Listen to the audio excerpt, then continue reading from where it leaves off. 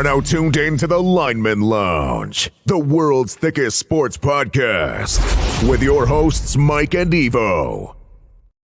Come on, stand, bitches. This is the Lineman Lounge. I'm Mike. That's Evo, and happy holidays, everybody. We are a couple days out from Christmas. It is Christmas Eve, but it's also week 16 of the NFL. I'm pumped. It's Saturday. We got 2 games on, not 3 games this Saturday, but we do have another full slate of games, all 16, no teams on bye. We are trucking right through the end of the season, and I am fucking pumped. I feel like this is going to be probably our best week yet. I got the holiday spirit running through my veins, which I never do. I am absolutely 100% a Grinch. So, Evo, my man, I know that life at your place right now is busy as fuck. How you doing? I see you're also rocking the Santa hat, Christmas spirit, well in full force over there as well. Yeah, it has been a busy 24 hours, basically since the last show, when I had already sent the lady off to go pick the boys up. Got them here yesterday. It has been not even 24 hours yet, and I am so tired. I didn't get a whole lot of sleep Thursday night doing stuff, and then last night we had a very full bed. Me, the lady, the 2 twins, the dog, the cat. Everybody was in a bed. I don't know. Do you rock a king size bed? We do. We rock the king size bed. I don't need the California king because I'm a short king. So short king. Yeah. It will stay inside so Santa doesn't go and pick you up to help make some more toys. But yeah, I've got a queen bed. That's all I needed. So it was pretty jam packed. I'm a larger gentleman, 6'1". Right. So I take up a little bit of space. I had my ass hanging off the bed the entire night, pretty much. Yeah. So it was pretty nice. So it doesn't stop when you move up to a king size bed. By the way, the girls will still come in our bed. The dog will end up in there. Graydon no longer comes into our room, which is great because he's basically the size of a small man. Yeah. It doesn't really stop. I'm hoping at some point that the girls will stop coming into my room at fucking 3:00 in the morning, like Graydon did, but we're still not there yet. Yeah, but no, it's been a blast so far, man. I'm loving it. Super stoked to have the full family here right now and everything, and be in the Christmas spirit. And we got plenty going on today. The rest of the day, we're actually apparently having the elf on a shelf is going to be brought over by some of the law enforcement here because he was trying to break into the house last night, apparently. So, dude, these elves are they're too much. So our elf has been coming for years. Has a friend, reindeer, that she will occasionally bring. Looks like the cat just knocked over a bunch of shit in the back. That's what that was. like them damn elves doing it right now. Fucking elves, man. No. Our elf brought some friends this time, and it was too much. It was too much. The kids were bad. The elves had to leave for a few days because the kids were so bad. Now one elf is back with the reindeer. It's much calmer, way cooler. So if you have an elf that shows up at your house, definitely keep that to a minimum, because why wouldn't you? And I got people yelling in the background. I can't hear it, but I got the same thing here, so I don't know if you can hear it. But I can't actually. So there's a new setting on this thing to cancel out background noise, which I have turned on because Bert was becoming a little too much a part of the show. Well, yeah, for me, I've got this mic set up on its external program, basically with a large, like a very specific gate, because when I'm sitting here playing games and I'm smashing on the keyboard, that was coming through initially. So I had to set that up correct. So now only the sexy, silky smooth voice comes through for the most part. There we go. I like that. Well, brother, I mean, there's some other things going on in the world of sports besides just football. But honestly, I feel like 'tis the season to give the people what they want. Let's give them NFL picks. We got NFL games today, 2 of them. Obviously, there's some other big news in like the world of baseball, things like that. But for today, man, I'm ready to roll right into some football. How about yourself? Yeah, I'm ready to go, man. Let's do this. We got 2 games today, Saturday games. And we'll start off with our first one. It's happening early this afternoon. We have the Bengals and the Steelers out in Pittsburgh. Uh, Line is Cincinnati -3, over under of 38.5. You have Mason Rudolph, I believe, is starting. Mason Rudolph is starting this game. And Deontay Johnson and George Pickens may or may not decide to play the game. They'll probably be on the They'll field, be out but there, actually be present. I don't know. Yeah. Okay, so before we start breaking down this game, let's talk about like the lack of effort that we have seen coming from that Pittsburgh squad at certain points. Like, we know George Pickens can be a really, really good blocker. We've seen George Pickens be a really, really good blocker, knocking dudes on their ass. But it also feels like that everybody on the Steelers squad knows that this team is not built to compete long term. So the effort is starting to fall off. I brought this topic up last week when I said that if things don't change, the way that the team is responding to the coaching, there may be a coaching change. And we have continued to see piss poor effort. It feels like almost across the board at certain position groups for this Steelers squad. Are you still off of the idea that if things don't turn around, that Tomlin that is still 100% safe?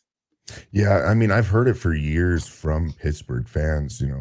I used to work directly with one in Sean, in my office, and as Pittsburgh fans, like I've heard like, hey, let's get rid of Tomlin, things like that. We got Wes, who's a Pittsburgh fan, and there's things they like and things they don't like, and I think NFL fans are way too quick to move off of good coaching because, like, no doubt Tomlin is a fantastic coach, but he's a player's coach.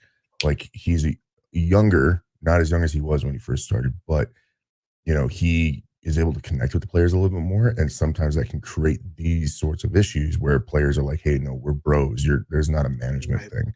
Right. And that's something that he's got to get reined in, and I think that can happen this offseason. But Pittsburgh just does not get rid of coaches. The coaches, when they're done, they don't really get fired. They just are kind of shown the door and being like, hey, you have to go, type thing. And I don't think that's going to happen with Tomlin right now, because despite the fact that they're having all these issues, they are still 7-7. They are. Right. Oh yeah, they're still at 500. And Mike Tomlin doesn't go under 500. Like, it's never happened. If you have a better quarterback and a better offensive coordinator situation there, this team is probably drastically different. They probably have at least 2 more wins, maybe more. Like, I don't think it's a super talented roster right now, but they're not that far away from being competitive. And it really does start at that quarterback position, because like you said, George Pickens, Deontay Johnson, they both have their things that they're good at. Deontay Johnson is a speed dude down the field. George Pickens, he's that aggressor possession type of receiver. He's not necessarily going to break away from everybody, but he's going to be able to manhandle that ball away from. Like, those are 2 super solid receiver options.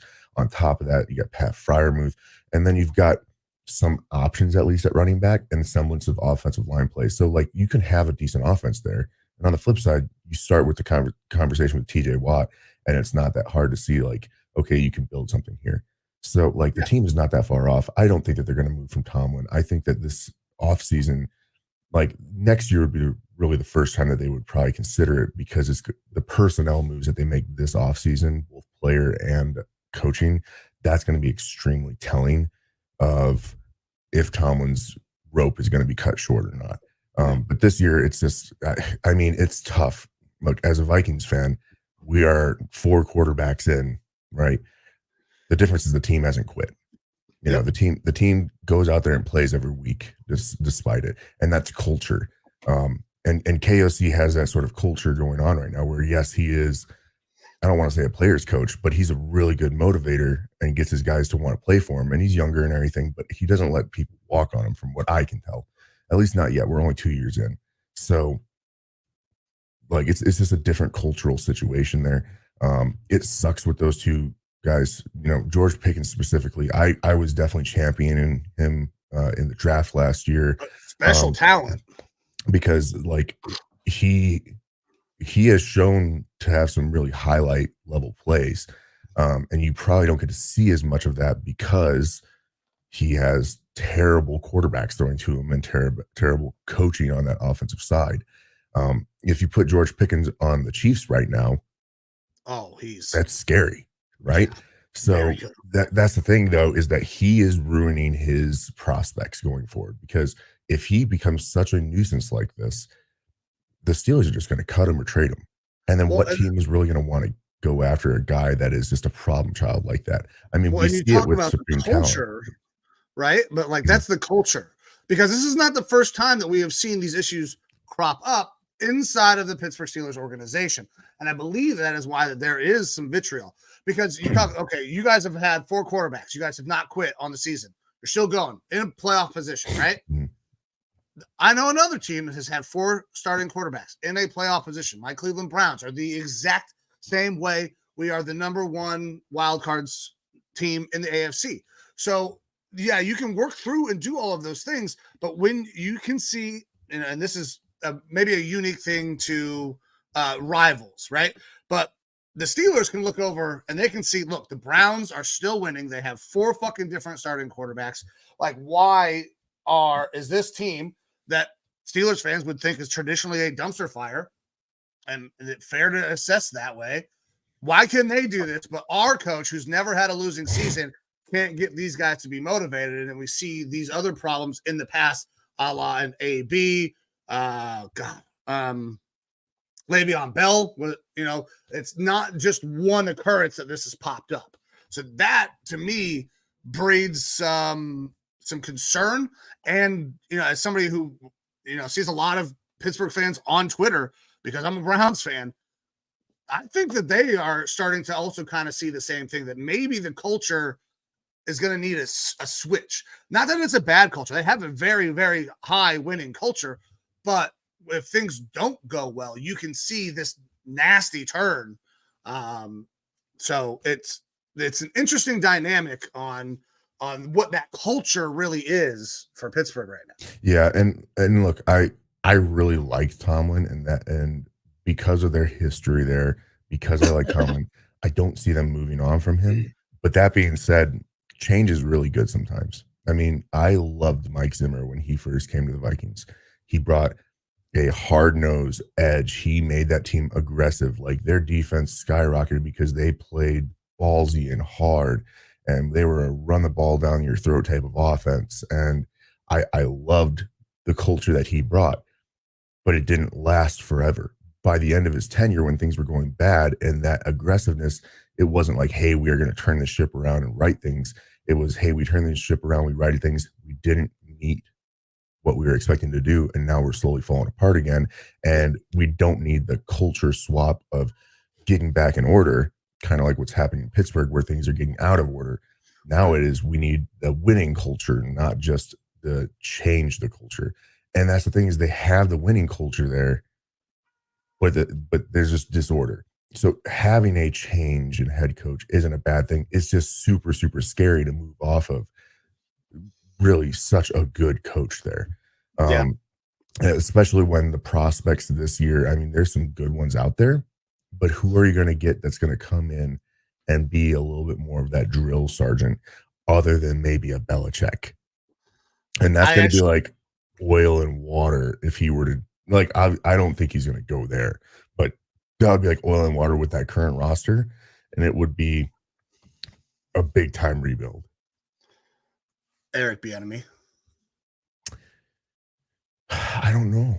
I don't know if that would work. I don't know if it works either, but like, that's also a piece. I'm going to pump Eric Bieniemy's name until I'm fucking blue in the face, because what he's done with that Washington offense has been fantastic. Yeah. And honestly, Pittsburgh is a defensive team. They've always been a defensive team outside of the time where they had fucking Ben Roethlisberger, basically. Mm-hmm. So they probably need an infusion of some offensive help, somebody who knows what the fuck they're doing. No offense to Tomlin whatsoever. I hope the Steelers decide to move off of Tomlin, because I think it is a mistake for them to do so, because they're not going to find a better coach than Mike Tomlin. And that helps me as a Browns fan. Mm-hmm. But like, you also kind of have to see that they need a lot of help offensively. They got to figure out a way. It starts with the quarterback position. They don't have a quarterback. Not a single one of these three dudes on this team can play fucking quarterback in the NFL. Not one of them. Yeah, Pickett is a backup. Yeah, Pickett is a backup that you bring in like as an injury. That's a guy he could be a Taysom Hill rotated in to run him. Yeah, you don't want to spot start him either, though. But like he is like a guy that you have to have a backup. It's just they are hurting badly for a quarterback, and they don't have one. That could get Mike Tomlin fired. It might not, but I'm fairly certain, based on the conversation we just had, we know which way we're going in this game, and this is going to depend on are we dropping any points? Yeah, because Mason Rudolph starting, there's no way I'm picking the Steelers. I've got one last thing though ever to say about George Pickens specifically, because I was championing him so much, and that's shame on you for his comments of people are talking about this, you don't even play the game, you don't know what you're talking about. I'm not a politician, but I've got thoughts about how our politicians are doing things. It is just like that in every walk of life. I don't do every job out there, but as a more than a casual observer of this, when someone is doing something right or wrong when it comes to putting in effort. Like effort, that's not a football thing. That's not I'm an NFL player thing. That's a life thing. You can see it. I can see it. To see effort. Shame on him for doing that shit. Like he needs to just grow up a little bit and decide, do I want to be an elite talent style wide receiver, or do I want to be a diva who's going to get this label of being a lazy bastard? I put up a good video on the Facebook page while we were waiting because of our technical difficulties of Mike Singletary back when he was with San Fran, going through and talking about I'd rather have 10 players on the field and take penalties and stuff like that than have an 11th guy out there that isn't doing shit. Like, that's just how it is for me. But anyways, to the game. Yeah. Right now it is Cincy minus 3 points. And that's very possible. Yeah. We did all right last week, and we could probably throw up those picks. We'll toss them up after this. Actually, I was going to do the Saturday games, toss them up, and then get into our next topic before the Sunday games because we haven't. So sure, but we did okay, not great, but we did okay, and so I really definitely want to right the ship here. Cincy minus 3 is probably a solid pick. I'm going to go with the Bengals money line on this one though. After seeing last week against my Vikings versus the Bengals. It's a bummer that we took an L versus them, but it did end up going to overtime. Like Browning is scrappy. He showed for the first time, I think, why he's not a starter in the league last week, because our defense did a lot of good things against him. However, he showed a little bit more of almost what I want to call like the Brock Purdy moxie, where he's got these issues, he's inexperienced, but the more that he plays as a starter, the more those kinks are going to get worked out. And he was able to show that they could drive at the end of the game, get points, and get the W.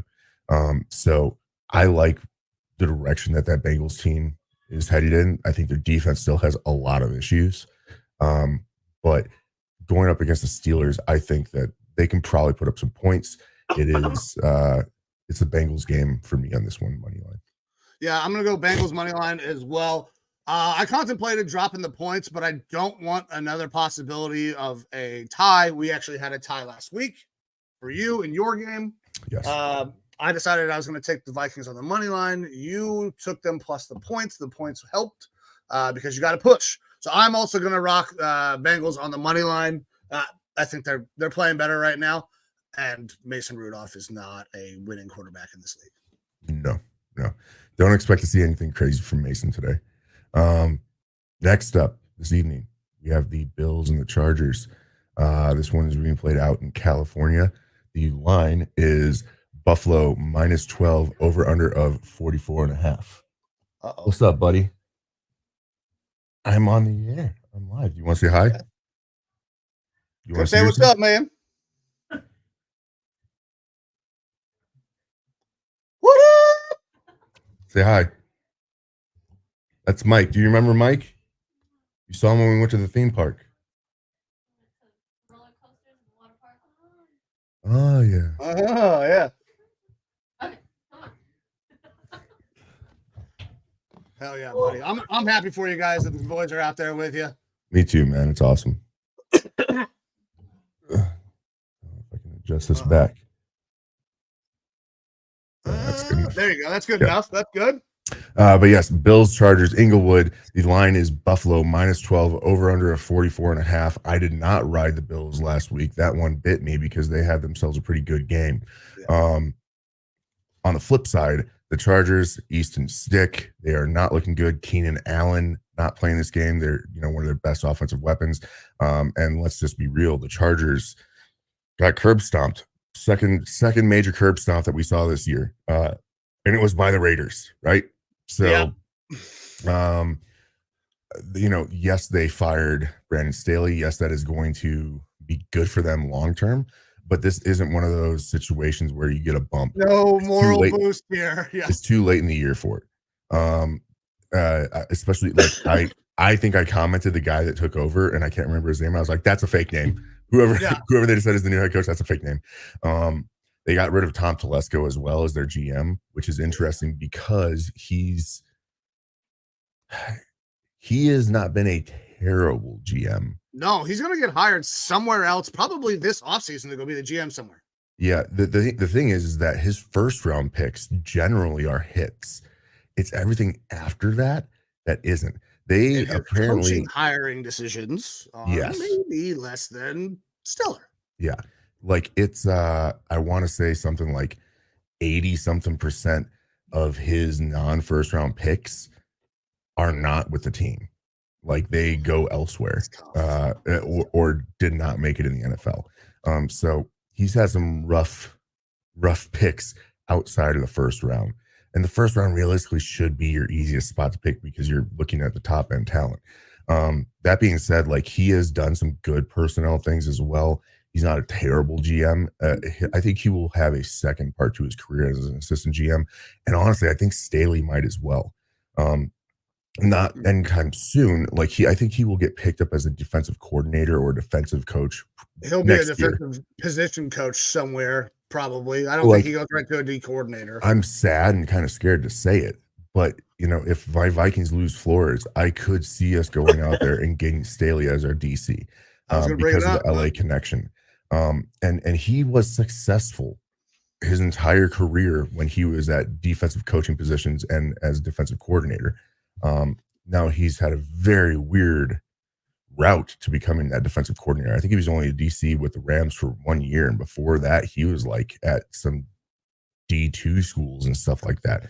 Yeah. So this is the McVay guy that kind of lucked into the hype that was around Sean McVay when they went on that Super Bowl run, because Sean McVay has that crazy innate ability to recall information, like from a game, the fucking third down play at 3rd and 6 from the 45. Like he knows that shit, right? Yeah. So he's working with all these guys, all these other younger coaches, and they're like, oh, well, if they're working with him, he must be a similar savant as McVay, so we should hire him. It's the same thing that happens with Bill Belichick. Like these coaching trees, while they can be really good, not everybody in that tree is going to be the guy who's coming from that tree. Like that, this doesn't work that way. Yeah. I mean, for the most part, the offensive guys that have come from the McVay tree so far have worked out. Right. But the defensive wise, we've really only seen Staley. And look, it has been a lot of boneheaded decisions as a head coach. And being a defensive guy, you would expect him to have a good defense. I think that he is just unable to focus. Like if he is given that sole task of, hey, do the defensive thing, he might be able to handle that. Either way, I expect him probably to have a job again next year, somewhere on the defensive side. It could end up being a DC job. I think my Vikings are probably the best situation, or the easiest landing spot for him as a DC. It still scares me a little bit just because of this recency bias, but I digress. Either way, Chargers, not a good team. Bills should hopefully win by 12. Now, you don't normally see games like we did last week where the Chargers are just absolutely getting steamrolled. And I don't expect to see that again this week. But a 30-something to like 14 or 12 isn't out of the question here. So dropping those points, I could see that as well. You're definitely going to get better odds on that. me personally, I've said this since I've been on the show. I don't like double-digit spreads, so I'm taking the Bills money line on this one, keeping it safe. I'm actually going to be running a very simple, easy parlay on like as many of these games as I can find where I feel really good about who's going to win, just on money line bets to see if I can strike some gold before the holiday season is over here. But Bills money line for me. It's Bills money line for me, and I actually like this game for a same game parlay. Because I feel like this game is going to be very one-sided. One team is going to have to throw the ball. One team is not going to have to throw the ball. James Cook, coming off a massive week last week, has the potential to repeat a similar performance here. So his over yards, I believe, is 78. Let me double check.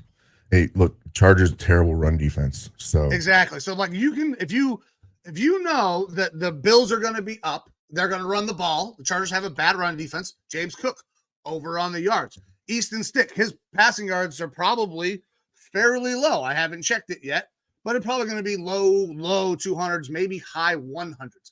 They're going to have to throw the ball because they're going to be playing catch up. So when you go through and you build a same game parlay, you kind of have to project out, okay, how do we think this game is going to go? I expect this to be probably close to that 13.5 point spread. I'm not going to take it, though. I'm going Bills just on the money line because I'm not going to give up that many points. But this game feels like it is ripe for a same game parlay because the script feels like it's written. Bills up big, run the ball, chew the clock. Easton Stick has to try to come back, throw the ball. They'll get some yards. He's going to make some mistakes. That is a perfect same game parlay for me. Awesome. All righty. And that wraps it up for our Saturday games. Thanks for tuning into Lineman Lounge. You can catch us. No, we'll get into our Sunday games here. But you said that you wanted to bring up our scores from last week. Yes, I want to pull up our picks. Yeah, I want to pull up picks from last week. Let the people know. I mean, hey, listen, it wasn't great. It wasn't bad. But it was, kind of middling. For me, I went 9-7. Evo, you went 9-6-1. I'm sitting at 132, 88-2. Evo, you are 148, 73-3. So still very, very solid numbers. But I want both of us need to be in the double digits. Shit, if we can both get up to 11, 12 wins this week, I will feel very, very happy about that. I feel good about this slate of games. They're not going to be blowouts in a lot of these games. Some of them will be close, but to me, it appears that there's probably one team that's better in each one of these games, and it's pretty clear on which team that is, in my opinion, for this week. Yeah. And just to be clear, too, for both these games that we've picked, I've been doing this a lot more recently. Vegas is on both of the games that we've picked so far for today's slate. Money and bets are on Cincinnati. Money and bets are heavily on Buffalo. So you can ride with that if you'd like. Jesus, that goddamn cat. Yeah, so last week, not bad. Up and down. It was interesting. This week, good start on the Rams. I feel very good about our first two games as well. I'm maintaining my 2-1, which is what I want. That's exactly what you want. So we're good there. Let me go ahead and stop that. So before we move on to our Sunday slate of games, I would like to bring up a topic of conversation. This is a little bit of point of order lounge. This is a little bit of the talk, kind of a topic. I think this was a hilarious thing that happened on social media, and I'm glad that the majority of the responses that I have seen have turned it into the joke in which I believe that it should be taken as. So, Evo, who you got? All whites or all blacks? Who's winning that game? I mean, come on now. It's the all black. The all blacks are smoking. It's got to be. Right? Yeah. We can't cover Tyreek. It's not possible to cover Tyreek. The all black team can't cover Tyreek. You all white team, you've got one cornerback. It's Jason Sehorn, and that's 2002, I think, was the last time that he played. And I don't think Jason Sehorn is keeping up with Tyreek. I hated Rashard Mendenhall's comments. Yeah. Like, I didn't torch him on the Facebook page, but I was just kind of like, hey, here's his, career stats. He was average to above average at times, not that good. There's pictures floating around there of Clay Matthews tackling separating him from the ball. Yeah, look, I really hate the race topic. I do. Yeah. Like, the fuck does that matter? Like, why do you got to bring that in? Like, So obviously, I agree. Like, the initial notion is just like, okay, this is asinine. Like, why are we doing this? But when you think about it, this is a conversation that you have in a locker room, where you have fucking sitting in the office, where you could bullshit with your buddies. You'd be like, there is not a white dude on the planet that is running with Tyreek Hill fucking ever. Then we're like, okay, hold on. Is Jordan Poyer white or is he black? Because he's close. Like the Milanos, where did they go? It's such a funny story. Like, does the all black team just automatically get Pat Mahomes? That's not fucking fair. He's half white. yeah. Like, it's such a funny fucking concept. And then trying to piece together the team. I actually made a trade. So Marshawn, friend of the show, he was on for our mock draft special. He made some funny jokes. I was like, hey man, I think we got an extra defensive back. I believe that Jordan Poyer is white. Now he looks Milano for sure, but I believe that he is Caucasian. So we got another defensive back. We're solid. We're getting better in the back end. We need that. But I decided I was going to give up Max Crosby, because you know what? Max is a stud, but we need some help at DP. We're getting Christian Gonzalez, or I believe that's Christian Gonzalez, right? Yeah. Pats. Yep. So we're getting him. We're giving up Max Crosby.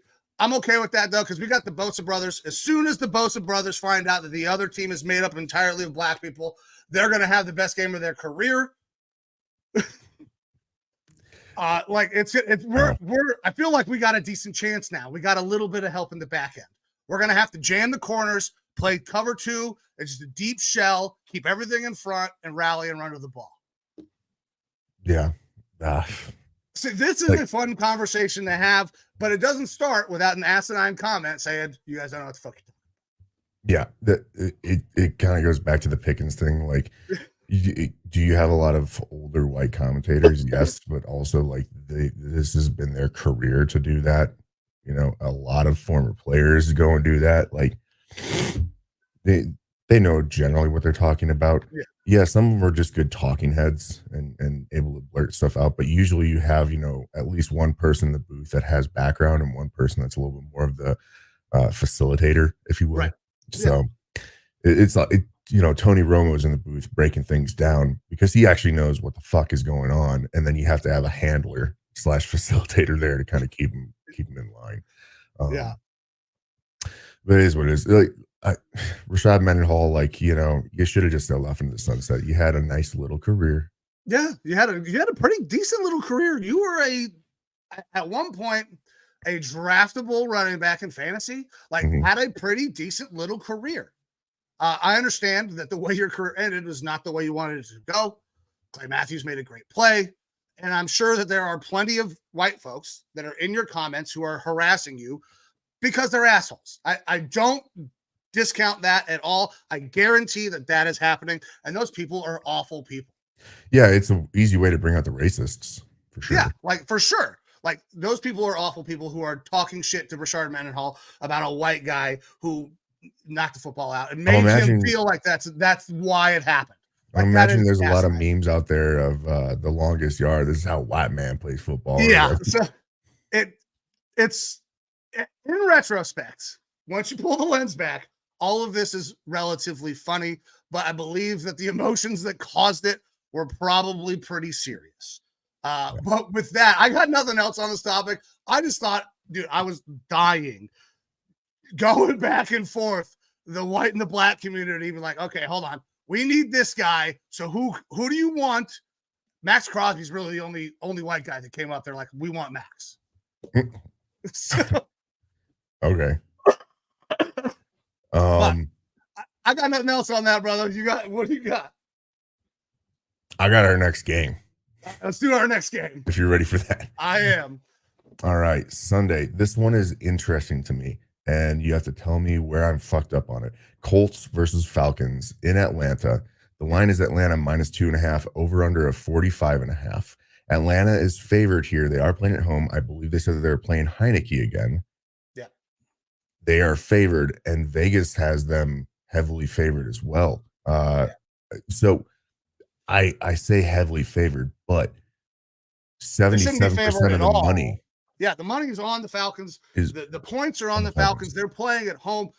And I believe it has a lot to do with the quarterback switch. Like they tried Heineke, it didn't work, but they didn't start with Heineke, right? Mm-hmm. Like they started out, Jesus Christ. Desmond Ritter. Yeah, they started out with Ritter, and then they were not having success. They made the switch, and then Heineke kind of gave that team a little bit of a boost for a while, got a couple of pretty good wins. I guess my Vikings. Yeah, and then was not great down the stretch. So they go and they make the transition back to Ritter, and now Ritter's playing like shit, so they're making the transition back. Maybe that they're thinking that, okay, with Heineke in this game for this team, they'll be, more safe with the ball. They'll be able to move it a little bit more efficiently than they have with Ritter. Maybe that's what they're thinking. I don't see it that way. I fucking hate this line, especially if you're a Falcons fan. I am fully in on the Colts. I think the Colts are playing good enough football to make the playoffs right now. I think the Colts are going to win outright. I'm taking them plus the points, but I think I'm taking them plus the points as well, but I think they're going to win this game outright as well. Now, I don't get it. Jonathan Taylor's coming back. You still have Zach Moss out there. Yeah. Look, the Falcons probably are going to feed the ball to their running back because they once again last week decided first round pick on this dude. Let's fucking not utilize him, which makes no goddamn sense when you have Bijan. Use him as a lead blocker. Yeah, dumb. And Arthur Blank had originally kind of come out and said stuff about Arthur Smith being like, oh yeah, he's our guy next year. And as of right now, Arthur Smith's most recent comments were, we'll see how the rest of the year goes.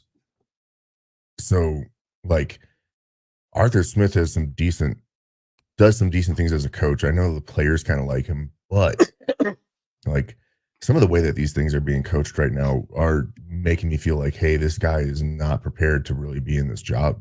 And I look, if I was an owner, I'd be ready to move off of him. Especially when you invest a first round pick in a guy who is extremely dynamic and special and you don't utilize him. What are you saving him for? Not the fucking playoffs. No, they're not making the playoffs. The Bucs are going to win this division, in my opinion. But that's for another topic. Yep. This is every week we're questioning the offensive game plan of the Falcons, and every week we're left like, oh, okay, well, why the fuck aren't you using this guy? It doesn't make any goddamn sense. This offense is atrocious. Use your best weapons, and that will go on for about 3 weeks. We'll question every decision that he makes as an offensive game planner. And then in week 4, he will use Bijan for a decent amount of yards. He'll make fantasy owners happy. And then he'll go right back to relegated, back to being a fucking lead blocker. I don't get it. It doesn't make sense to me. I don't understand this line. It's not the first time that you and I have completely been against what Vegas is saying and what the money and the people are saying. It just doesn't. Gardner Minshew is playing the best football of his life. They have 2 running backs now that are going to be able to run. Zach Moss is going to be available in this game, yes? I believe so. Yeah, but either way, Jonathan Taylor is. Yeah. Look, maybe it's because Michael Pittman is out. No, he's out of concussion protocol. Oh, they cleared him. Yeah, he's out of concussion protocol. So, after that hit last week, I wouldn't have been surprised if he was out. But, as of yesterday, I believe I posted that he had been cleared. Well, I didn't see it. So you've got guys coming back for Indy. Atlanta's having to switch to a backup quarterback to try to get something going. Right now, like I said, Vegas has 77% of the money on the Falcons, but it's 54% of the bets are on Indy. So somebody's placing big money on the Falcons. Yeah, it's interesting to me for sure. Where is Mattress Mac from? I don't know. I don't know either, but I don't get this. I got Colts plus 2.5. You the same? Yes, absolutely. Hammer that. Agreed. Agreed. And if you want to take the Colts money line, like Caesars right now is plus 122. So Vegas is seeing something. What the fuck are we missing? So +1. So yeah, like the odds are not that different. Like, so you go -110 would be your normal if you, bet the spread. Yeah, no, it's plus 122. No. So yeah, if you For take the the money Colts line. outright, it's +122. Yeah. If you bet the spread, it's always going to be a -110. Yeah. So you're really not changing much. And the line opened at Colts -1.5. And so that means there's been what, a fucking 4-point change in this line throughout the week. Is there a piece of news that we're missing that I don't know about? Like, I don't if know. there is, then we're missing it. I'm still Colts 2.5 +2.5. Yeah, I'm taking it. Yeah. And like the Colts have been playing well. Zach Moss is questionable. I pulled that up. Michael Pittman is questionable as well, but he's been cleared from the concussion protocol, so I would assume that he's going to play. As long as his back's not fucking. Yeah, the way that he was bent like that, like I tried to have the old lady do that and to show her like how bad it was, like holding her hips down and having her lean back. She's like, I can't get it. I was like, yeah, I don't get it either. I don't know. Weird line. Yeah, take it for what line. You will, everybody. Like last time we had a weird one like this, it was, Ravens, and we didn't follow it, and the Ravens whooped Detroit's butt. Shit out of the Lions, yeah. All right, next game up, we have the Seahawks and the Titans being played out in Nashville. The line is Seattle -3.5, over under of 41.5. Right now we have Vegas bets and money both on Seattle. 69% of the bets, 66% of the money. Titans last week, did they get a win? Titans did get a very surprising late win after being down by 14 fucking points with like 4 minutes left in the game. That's the Dolphins game where they were able to come back, storm back. They're able to be the Dolphins, but last week they played the Texans. The Texans are the one that beat them barely, and that was Derrick Henry like not getting any play. Yeah, it was a weird one. Interesting. What do you have for this game, man? I mean, we are without never mind. Excuse me. Geno should be starting this one. Seahawks, they were able to go out there and get themselves a win versus the Eagles last week. That was the impressive one. Fucking Drew Lock. Yeah. With Drew Lock, blows me away. What are you talking about? That's a future starter in this league. Working his ass off. I mean, he's not. But listen, I loved the story of him getting the start. Didn't know it. Was emotional after the game. It is a fucking great story. I am happy for the kid. But he's back. Seattle for me. It's Seattle here for sure.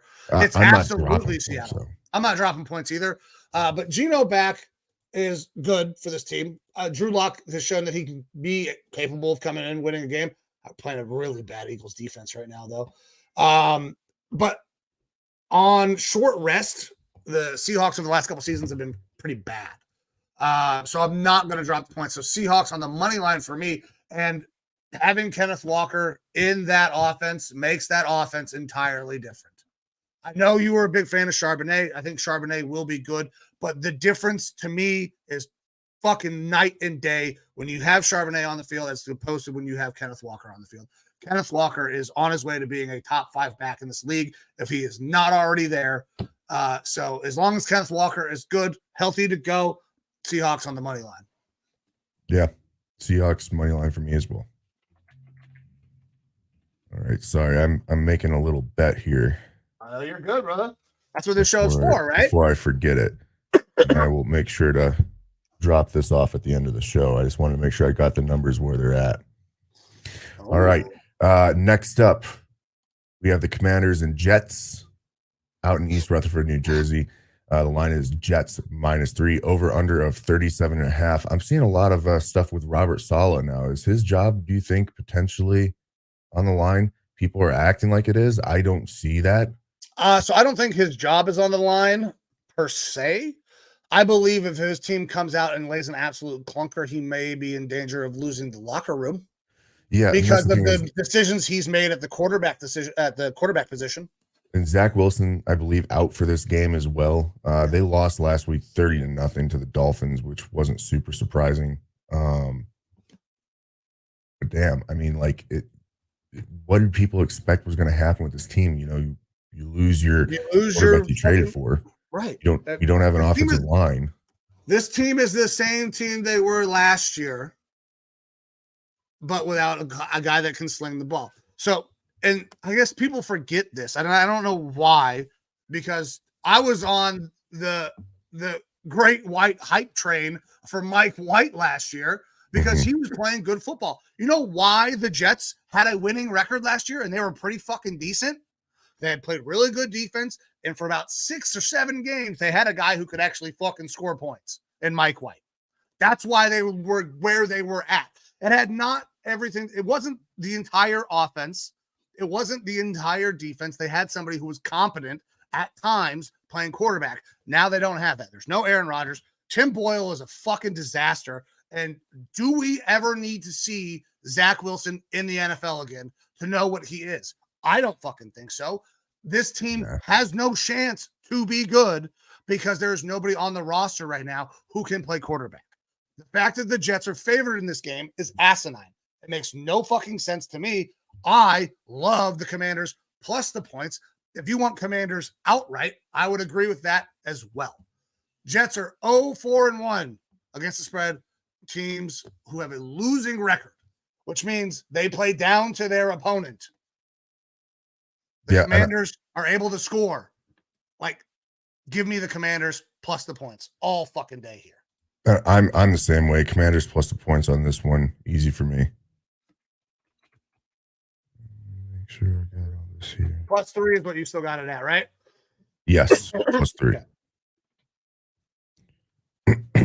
Oh, cancel.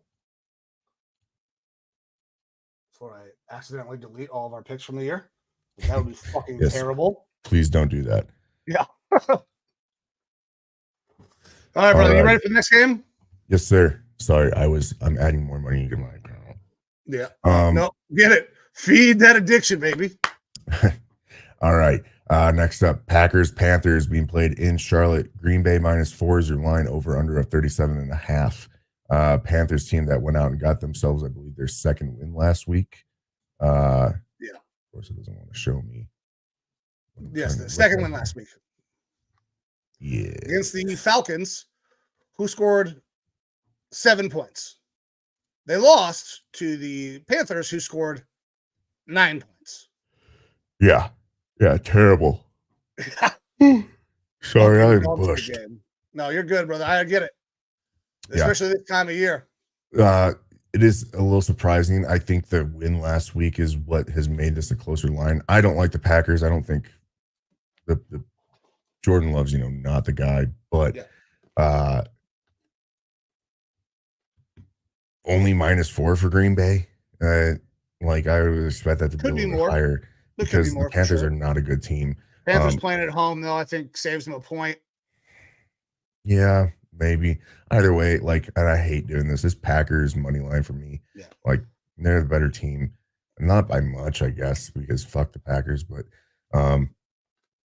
they probably should win this one. Yeah, the Packers stink and the Panthers are worse. Packers on the money line. This is simple. I will not ever fucking pick the Panthers again. Yeah, not this year. Not anytime soon either, I don't think. It's tough to pick them with Tepper as the owner, let alone talking about the players they have on the team. Yeah. All right, next up, afternoon games tomorrow. We have the Jags and the Bucks being played in Tampa. The line is currently Tampa Bay -1.5 on Caesars. Over under of 42.5. I think you can find that better other places though. Either that or the bet that I just put in. Got him at. Get it for 2.5. 2. Yeah. So, oh my gosh. Yeah. So there's another line that I don't quite understand. Now this could be.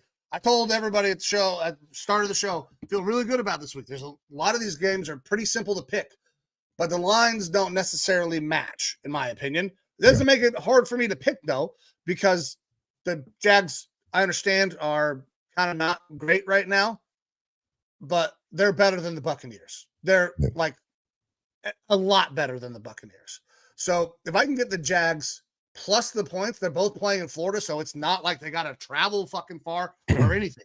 This is a jaunt down the road, and you're going to take on a team. And Baker Mayfield Baker's playing at home. Yeah, he's playing at home. Jags plus the points. It's simple. Yep, same. I got it. That is part of my parlay. Jags plus the points.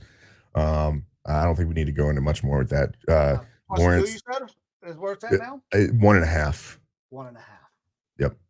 And I'm looking on the sports betting website here, and yeah, best I can find it right now is 1.5. Maybe I just misread it when I put my bet in. But yeah, Lawrence is playing. Etienne, I believe, is playing. Ridley is expected to kind of have a good game, be able to feast on this Buccaneers defense. I don't see them like I would have, if this line was flipped, it would be more believable to me. If it was Jags -1.5, it'd be a lot more believable to me. But yeah, I mean, hey, whatever. Buccaneers 0-6 outright against teams with a winning record. Yeah, no bueno. Yeah, they're not beating a winning team. All right. Next up, we have the Cardinals and Bears out in Chicago. The line is Chicago -4, over under of 42.5. Bears last week took an L to your Browns 20-17. A little bit of a slugfest there. Any thoughts on that game? Yeah. The Browns did not play well to start. We turned the ball over too many times, but our defense did what it needed to do, got stops, and we have the best, this year's greatest kicker in the league. Justin Hopkins has been an absolute godsend, and I put out on Twitter that I would gladly take a bullet for him, and I stand by that today. I would jump in front of a bullet for that man because he has been fantastic. We won a game that we probably shouldn't have won, but that's what this Browns team has done all year. The Bears played better, but how demoralizing would it have to be beating a playoff caliber team only to let it slip away because you're unable to move the ball at the end of the game? Like, that is tough. That is very, very, very tough. I like the Cardinals in this game. I think they're actually going to win this game, but if I get extra points, I'm going to fucking take them. The letdown from last week is going to be demoralizing. I think that this is a bad omen for the Bears. And look, the Cardinals last week, they were able to put up 29 points against the Niners. The Niners beat them 45-29, but being able to do that with, potentially the best team in the NFC right now, we've said it all year. The Cardinals, for whatever reason, are just very scrappy. They're playing hard. They've got Kyler back now, which provides them a little bit of a boost offensively, along with James Conner. So I kind of look, it sounds like we're making a lot of the same picks here. I'm thinking Cardinals plus the points as well. Cardinals plus the points. I don't know. I mean, the Bears have been interestingly competitive recently. 4, right? That's what you got it at still? 4, yeah. But the Cardinals have also been very scrappy. I mean, the way that they're playing, if they're going to give them a couple points there, I think this could be a game within 4 points, and I'll take the 4 for the Cardinals. All right. Next up, we have the Cowboys. Excuse me, Cowboys and Dolphins. This could be a very good one here. This game is being played down in Miami. The line is currently Miami -2, over under of 49.5. Cowboys last week dropped a big one there to the Bills, 31-10, bringing them back down to earth and making people come back out and say, hey, they're not good against teams with winning records and things like that, actual competitive teams. I'm not willing to go that far yet, but look, Miami is a strong offensive powerhouse team. I believe Tariq is going to be playing in this game. He wasn't last game. It didn't really matter for the Dolphins. Dolphins are a really good offensive team. Can they hold up defensively to that Cowboys offense is really the question. So I think Miami's favored here because they're at home, but it is going to be a pretty darn close game, I think. It's whose defense can stop that other side's offense. Yeah. So the this game is a tale of the same team almost. Team that's good at home, not good on the road. Doesn't play defense well on the road. Like, if this game were in Dallas, the line flips, and my pick probably flips. But because they're in Miami and they are an explosive offense, like the defense for the Cowboys is good, but they have not been as dominant as people have said, especially when they're not at home. Home field advantage has been huge for them, very similar to this Cleveland Browns team. The Dolphins can score anytime they want. Raheem Mostert is tied for the league lead in touchdowns, and I think very quietly is tied in the league. Tied for the league in touchdowns. Not if you have him in fantasy, which I did. I drafted him in fantasy. I traded him away. I sold high, and he had a bit of a slump, and now he's back on the upswing. Yeah. So it doesn't really matter for fantasy for me anymore. God damn it. And barely didn't make the playoffs, but I'm still winning in the losers bracket. Dolphins, though, 0-3 against teams that have a winning record. Cowboys also could not beat a team with a winning record. Like, this game is a toss-up, but I'm taking the home team. I'm going to the Dolphins, the team who is at home, who can be a little bit more stable. A couple of volatile teams. Yeah, I'm going Dolphins. Not dropping any points, just Dolphins on the money line for me. All righty. Yeah, look, this is a tough one after seeing how they played versus the Bills last week. I'd like to say maybe it was because they're out there playing in the cold and stuff like that. I think I like the Cowboys defense a little bit better than the Dolphins defense. But that being said, like, I like the running and passing attack of that Dolphins offense versus the Cowboys. I'm not a huge fan of the running attack that they have there. It makes them a little bit more one-dimensional, I think. So I'm also going to take the Dolphins in this one. Dolphins money line. It sounds like we were probably going to be picking mostly the same picks Pretty here. close to the same, But yeah. Also, Jalen Ramsey back for that Dolphins team has been a godsend to their secondary. Yes, absolutely. Since he's been back, they've been one of the better defenses in the league. Yeah. All right. Next up, we have our Sunday night game. The Patriots Broncos out in Denver. The line is Denver -7.5, over under of 35.5. What are they calling this? Like the Christmas Eve special or some shit like that? Who knows? There's so many Christmas Eve games that why is there just one that is the Christmas Eve special? Doesn't make any fucking sense. It's going to be on NFL Network, which makes it a little bit different. You're not going to be able to see it as easily, I guess. Correct. Which sucks for fans that don't have access to it like I do or you do, YouTube TV and whatnot. But look, Patriots are bad. Broncos are frauds for their record, but they are better than the Patriots right now. 7.5 points, though, that is a bit of a steep one for me. Too much.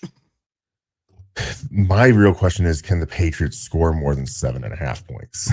Like, I don't know. Ramondre Stevenson, I don't know if he's playing. Out for this game, I believe. I'll pull that up to check. But like, I don't know if they can put up those points in general. Yeah, so the over under is super fucking low. I believe it's at like 35. Let me double check. 35 and a half. 35 and a half. So not many points expected to be scored in this game regardless. I don't know what weather's going to be like in Denver, but it's December in Denver, night game. Like, the conditions are probably not going to be great. I believe Ramondre Stevens is going to be out, which takes away a huge part of the Patriots offense. Broncos have been better. I still don't think that they're a playoff caliber team, but they are playing better. But it's out. It's simple. No Ramondre Stevens. Jabril Peppers also out. Broncos not dropping. Hunter Henry, questionable, was present for the start of Friday's practice. Juju Smith-Schuster out. So a bunch of their offensive weapons are done. J.C. Jackson on IR. Cole Strange on IR. Yeah, it's a rough one there. Yeah, so, the Patriots have punted on the season. Broncos. Money line. Yeah, easy. Broncos money line for me as well. All right. We will go to the 3 Monday games. our Christmas games here before we jump back to Christmas Eve for our games. First up, we have the Raiders and the Chiefs being played in Kansas City. The line is KC -10, over under of 40.5. Again, this is a Raiders team last week that fucked up the Chargers. Made Aiden O'Connell look like a dog. But the Chiefs and Raiders have already played each other. They played each other 3 weeks ago. The Chiefs won that game 31-17 in Vegas. So that should be in recent memory. That being said, the Chiefs haven't been great offensively recently. They're showing, like, Travis Kelce is having quite a down year. They were able to win last week 27-17 versus the Patriots, but they probably should have beat them by more because they're a better team. The Patriots are just that bad. But like I'm still at kind of a loss of who is going to be putting up the offensive production there for the Chiefs. 10 points. Rashee Rice is their best receiver, and it's by a long shot.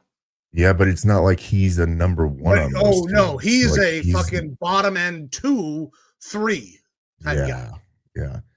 So it's a rough one here for me to drop 10 points.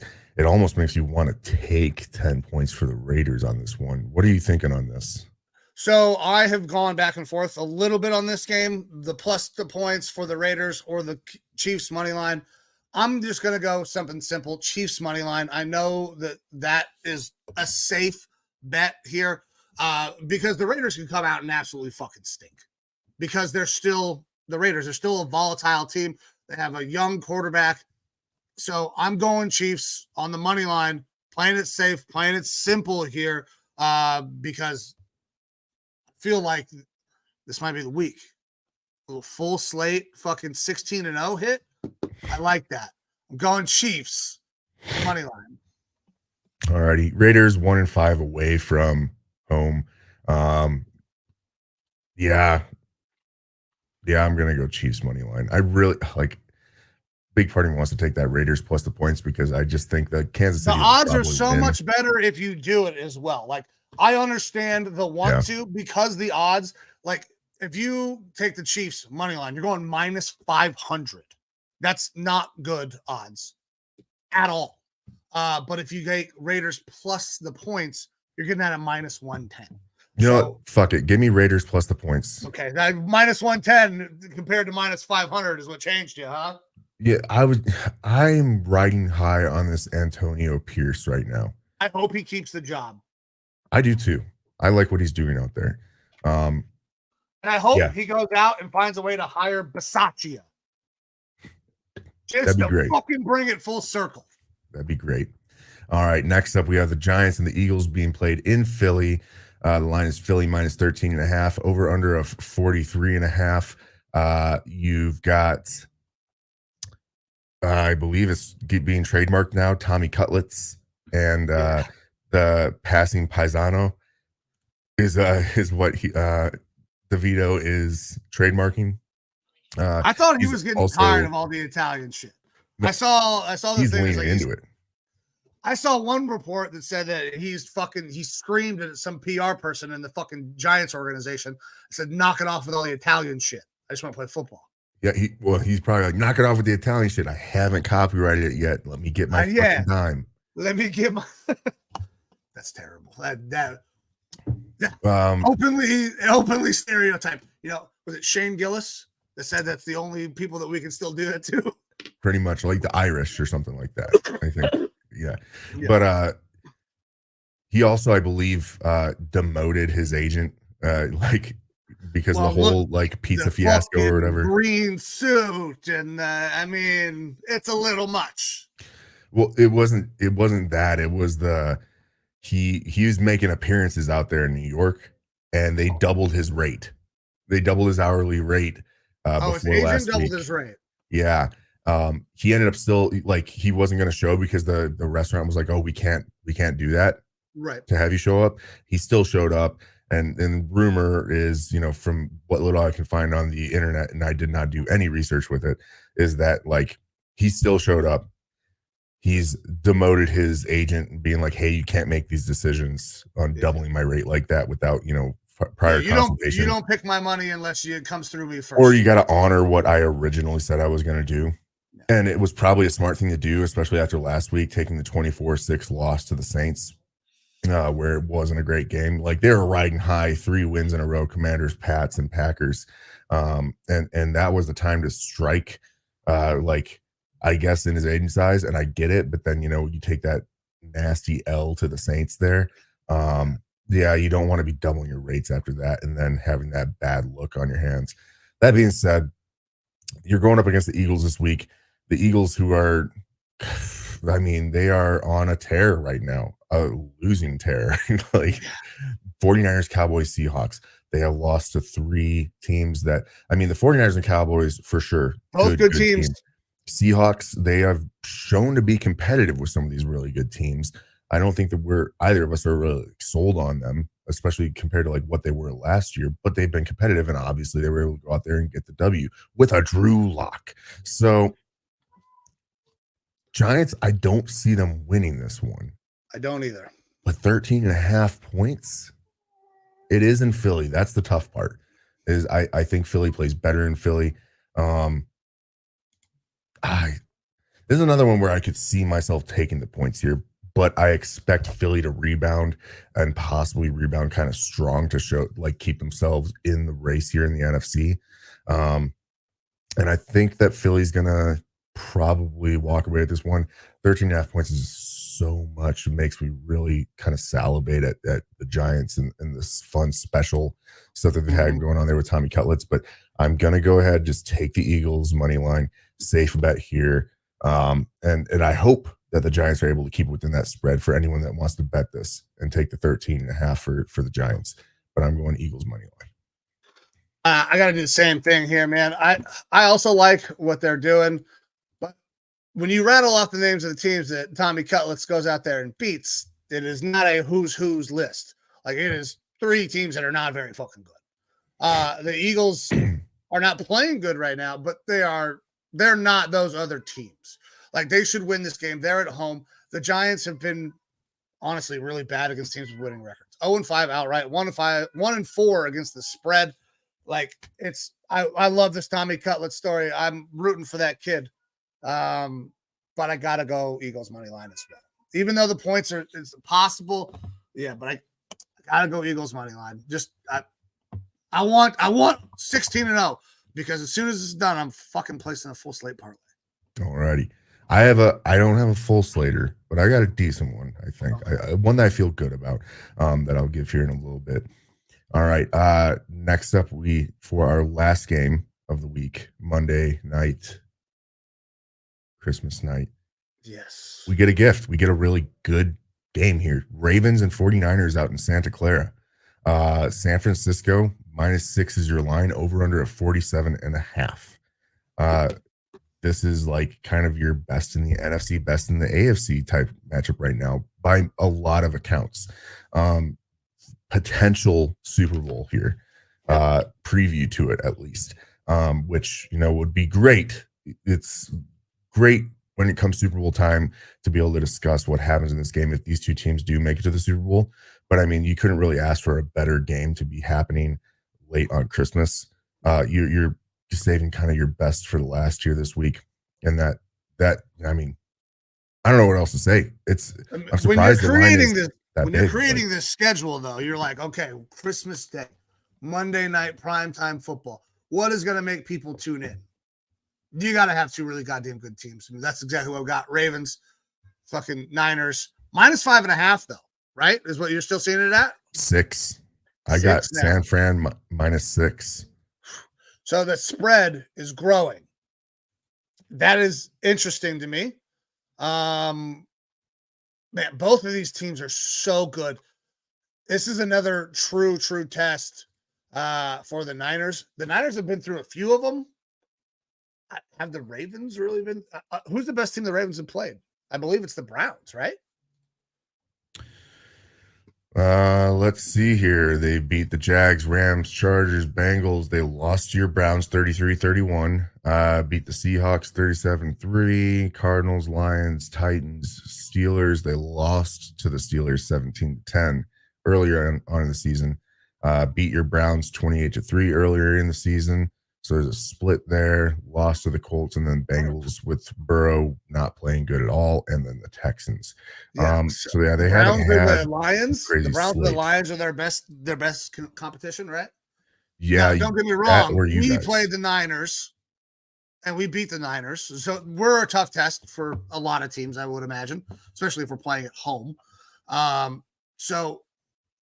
But I feel like the Niners have been tested a little bit more. They had their rough patch, but I mean, they have gone to Cleveland. They played the Lions as well, right?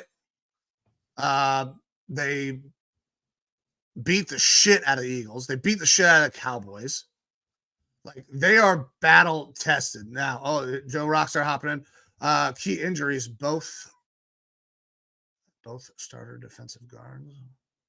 There isn't guards on defense. Yeah, so I'm not sure what he was trying to. I'm assuming defensive tackles, tackles, or like a nose tackle, and then defensive tackles if they're playing a certain lineup. Quarterback 3 is rib injury, but might play. He's stressing about the defense. So it sounds like it's mostly defensive injuries there, which is a little bit scary when you are playing on Lamar because he's so mobile and he can take advantage of those. He's not as much of that passing threat. I mean, he's been better this year, but the way you beat a Lamar Jackson is you have good mush rush DNs. Like, you can get a rush, but without getting too deep. And I think they have two guys that are very capable of doing that. And then you need really good linebacker play to contain Lamar Jackson, because once he breaks the pocket, then you have a big fucking problem if you don't have linebackers that can run. But the best linebackers in the league reside out there in San Francisco. Like, that's the best linebacker unit for sure. So I like their ability to match up. So I get the concern that, with some of your defenders, but I feel like the 49ers match up really well with what makes that offense go for the Ravens. Is it good enough to drop 6 points? Not for me. But so I'm looking through here at the injury report for the 49ers. I'm not seeing anything about excuse me, about a cornerback being out. We've got Jawan Jennings questionable, Ross Dwelly, the tight end, is questionable, Elijah Mitchell questionable, not a big deal. Ben Barch, the guard, is questionable. Javon Hargrave, that's your defensive tackle, that is questionable. That's a big one if he doesn't play. Did not participate in Thursday's practice, was the last report on him. Eric Armstead, questionable. No reports or comments about that. Oren Burks is questionable. And then Cleveland Farrell, dealing with an ankle injury, is also questionable. But I'm not seeing anything as far as cornerbacks that are out. And the only other, Kalia Davis, defensive tackle, has been placed on IR on Wednesday. So that's another one of your defensive tackles, but I don't know if he was starting or not. And then Thomas and Armstead, and I'm not seeing any Thomas on the injury report right now officially. And Armstead, like I said, is questionable. Yeah, questionable is 50 shot. So I mean, I'm going to 49ers. Now, there is an interesting trend going on with Monday nights, though. The underdog has won 7 straight Monday night games outright. So they're in that underdog. They're having a nice little movement here on Monday night. It's not enough to sway me, though. And also, I fucking really need the 49ers to beat the Ravens. Like, really goddamn bad. Need the 49ers to beat the Ravens. So this is a little bit of a homer pick, which I was trying to avoid, but I'm going 49ers, and I'm just going to go money line. Yeah, 49ers money line for me as well. I like them as a complete team, the better team here. Ravens they're a good team. They could be very fun to watch in the Super Bowl. In this sort of a game, 49ers Ravens, I think would be really cool.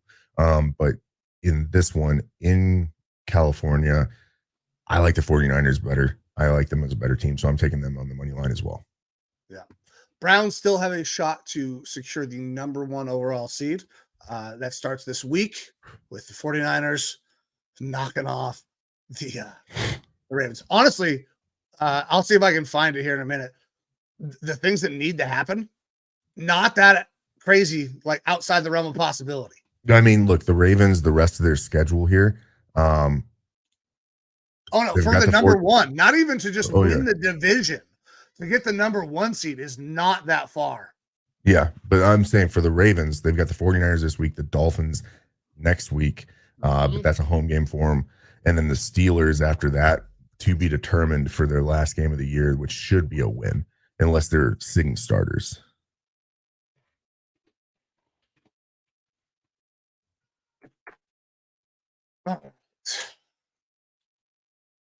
So you got 49ers, I got 49ers. Let's see if I can pull this up.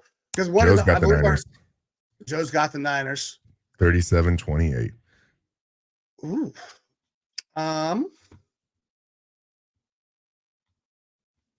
Let's see here. If I can find this fucking thing. So that's to just clinch a playoff spot this week. That's not what I want.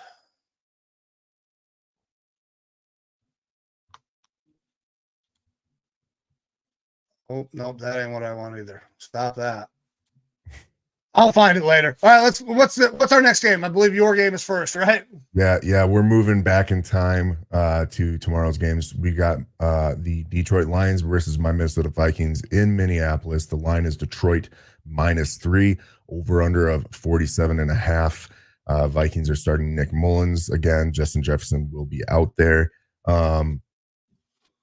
This is a Lions defensive secondary that has just, again, been really, really, really terrible. I don't see them getting a whole lot better. The Vikings dropped one last week to Cincinnati. They had the lead for quite a bit of time, but gave up some points late. And that hyper-aggressive defense of Brian Flores is doing its job as best as possible. They're actually playing very well this second half of the year statistically. The question is going to be, the Lions obviously have a very potent and high potential on offense. Can we kind of contain that and keep pace on offense? Obviously, Detroit's favored in this game. I don't disagree with that. I think Detroit definitely could win this one. But, 71% of the bets are on Detroit to win this. However, 65% of the money is on the Vikings. I'm going to take the Vikings plus the points. That's a little bit of a homer pick. I don't know that we will win, but we like to keep things close generally. And because of how bad that secondary is, I could see Justin Jefferson, Hawkinson with a return game to, playing the Lions, and Addison having themselves a great day. Also, Ty Chandler. I don't know if you watched the game last week, but Ty Chandler is quickly cementing himself as the best back there in Minnesota. Yeah. Kevin O'Connell hasn't come out and said he's going to be our starter, but he said he has carved himself out a big role in this offense. And Madison, I believe, is going to be playing. He's questionable coming back from his injury. But Ty Chandler just looked so much better last week, and it's kind of becoming undeniable that you have to play him more. So our running game is actually getting going, which is really nice. That being said, I'll take the Vikings plus the points here. It's a little bit of a flyer for me just because Detroit is probably the better team right now. But if we beat Detroit this week and the last week of the season, we have a chance of basically, we should maintain a wild card spot. But if Detroit drops the next 3 games, we'll take the North at that point, I believe. So that'd be pretty neat. Yeah, well, 2 of those games are against you guys. So they just need to lose one in between you. So You guys have a chance to actually go out there and win the North still. I'm shocked that's a possibility right now. But I'm also glad because I picked you guys as my AFC North winners this year and placed a bet on it that I haven't been able to do anything with. I thought it was just wasted and just sitting there. But still alive, baby. Still alive. And with that, I'm actually taking you guys to win this game. You're doing what you did last week. Yeah, I am, man. The Lions are not playing very good right now. Now, Dan Campbell is Dan Campbell. He's going to find ways to get those boys motivated. They are fucking 9-5 against the spread. They're a pretty goddamn good team. But they're 5-2 away. If Justin Jefferson stays healthy, I love what you said about you guys being able to roast that secondary. If Justin Jefferson is healthy, Addison's good to go, Hawkinson, I think you guys can fucking eat against that secondary. I got Vikings on the money line here. All righty. Well, that's possibly our first disagreement of the day so far. I went Chiefs money line. You went Raiders plus 10. Otherwise, it would have been fucking exactly the same. All righty. And then lastly, we have your Browns versus the Texans out in Houston. Deshaun Watson's return game, but he's not going to be playing. And so I don't know how that's going to work out, how the fans are going to be there in Houston. I don't know if Deshaun's even going to be there. No, I believe Deshaun is going to be. There was a report that was put out this morning, I believe by Mary Kay Cabot, great reporter here in Cleveland, that Deshaun is back in Cleveland area in the facility getting treatment, all that shit done.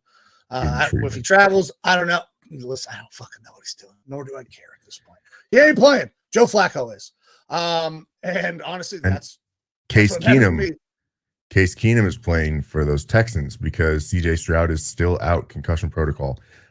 Nico Collins going to be playing, questionable, but he's going to be kind of not 100%. And it hurts all your receivers when your quarterback isn't playing. Now, Case Keenum, he holds that soft spot in my heart because of our 2017 season. I know that he has been a Browns backup there for you before as well. Yep. So he probably knows the system a little bit. The line is Cleveland -3 over under a 40.5. I'm assuming you are going to be taking your Brownies in this one. I am going to take the Browns, but the line on this actually changed quite a bit. It started out Texans -2.5 with CJ Stroud being ruled out of this game. It is obviously flipped Browns' favor, -3. Browns on the road have not been great on defense. The over has murdered. But with the fact that Case Keenum is starting, it doesn't scare me. That offense doesn't scare me. We're pretty good at stopping the run. Now, Nico Collins being back in is huge for that Houston team, but I think we have enough juice. I mean, our defense is good. We just need to put together a game away from home. We have not done that yet, but I think this is the week where we can kind of get that done, get this fucking win, and basically cement our chance to play in the playoffs. We're very close to locking up a spot in general, and I said that we had a chance to lock up the number 1 seed. And I actually found the tweet that I saw. Shout out Jack Duffin. I will make sure we clip this and fucking give him his credit. Let's see here. I do not want to share any audio because I don't know what the fuck's on there. Let's see. Control plus, right? To make it bigger, yes.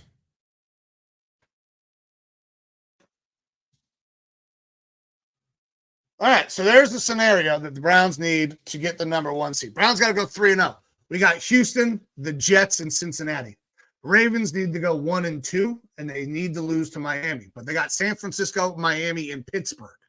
So going 1-2 there, I believe, is definitely within the realm of possibility. Dolphins need to go 1-2 as well. They got Dallas, Baltimore, and Buffalo. That is doable for sure. Now, the last part here is going to be tough. Chiefs need to go 2-1. They can lose any of their last 3 games, but they have Vegas, Cincinnati, and the Chargers.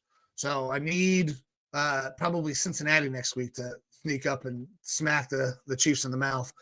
So that is a very real possibility, I think, for the Browns to come away with a number 1 seed. Obviously, we need some help, but it's help that is doable. So I like that. And also, thanks, Jack Duffin, for posting that. Yeah, it's a little bit of an outside chance, but you still got a decent chance there. All right. Yeah. Those are our games for the week. Here's my little parlay, my 6-leg parlay. I've got Bengals money line, Bills money line, Colts plus the 2.5, Seattle money line, Commanders plus the 3 points, and Jacksonville plus 1 point. $5 at plus 1841 wins you $97.07. All right. Nice. I think that as a 6-leg parlay, that's a relatively reasonable parlay. Like, I feel really solid about those. You could probably you and I drop both the went Bills chalk up. on all of those games as well, right? We agreed on every single one. Yes. Just dropping the Bills out of there, who were minus 800, it takes you to 1626, so it drops it a little bit.